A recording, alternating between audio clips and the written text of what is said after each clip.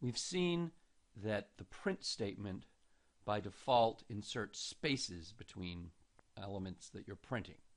That's not always what you want. So this section shows an alternative. If you look here at the illustration of the program, we can add an extra term here into the parameters of the print statement. It's in a new form. It has a variable name equals and then data. This is called a keyword parameter. Sep is the keyword. And if this is included, sep stands for the separator, which is usually a single blank, but here this string here has nothing in the middle. It doesn't have a single blank. So this is saying don't separate the pieces by anything. I've got the program here, and let's run it. I'll put in my name Andy again, and you see hello Andy exclamation point immediately after it. One thing you have to notice here is that I had to put a space after the hello this time explicitly because it was not added implicitly. One special requirement: keyword parameters have to come at the end, the right end of the parameter list in a function. Now I've brought up another program in my examples, addition1.py. This program has an error. Look at it and see if you can figure out what the problem is. I prompt the user to enter a number, get the response as X. Similarly, I get another number prompted for and input Y, and then I print out a bunch of statements here with the sum of X and Y and X plus Y.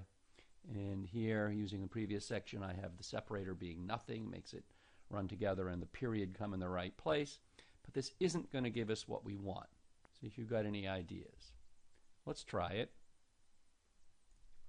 All right, so 34 and 56.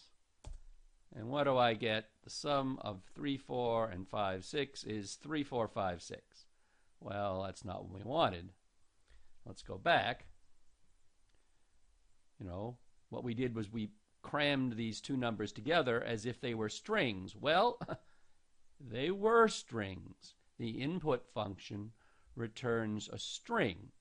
It happens to be a string of digits because I, as a user, followed the instructions and gave you digit strings, but Python just sees them as strings. So the plus sign here, it's doing exactly what it's told. We need to fix that. Well, we need to actually end up with X and Y as integers. So here's another variation that I have in my examples. It's addition2.py. Here I'm somewhat verbose, but I emphasize. I call the variable that I assign the input to xstring to remind us that it's a string. We actually want a number.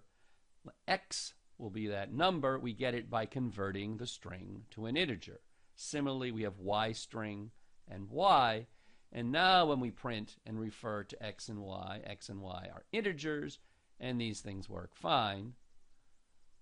Now if we give 34 and 56, we get 90, which is correct. Let's look at a couple other variations. I've skipped back to the tutorial here.